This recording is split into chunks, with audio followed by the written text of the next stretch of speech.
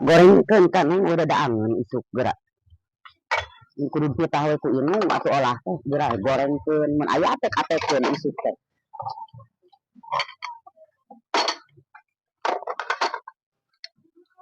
gerohan gerak ieu mah bagu gue ka olahan teh di wadahan ku inung mah lapur teh jeung teh tah asak hah asak heeh nyanyanut meureunna sayur pucuk waluh ieu ya beres nyanyanut aing aing mah olah atuh dari kurang berat batur sarapan teh roti sampe weh sireng ribut bener deui mah si abah mau kabagean yang tengah nah hah bakat dia mah kitu poyok di lembok geus pirang untung tinggal neureung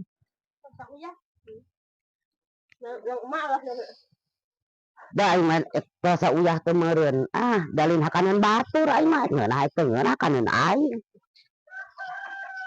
geus pirang untung ge aya oge mong teu ngeunah teh belawakan di teureung ora hepeh hayang mah beuki mah boleh neng lada bisul lada lada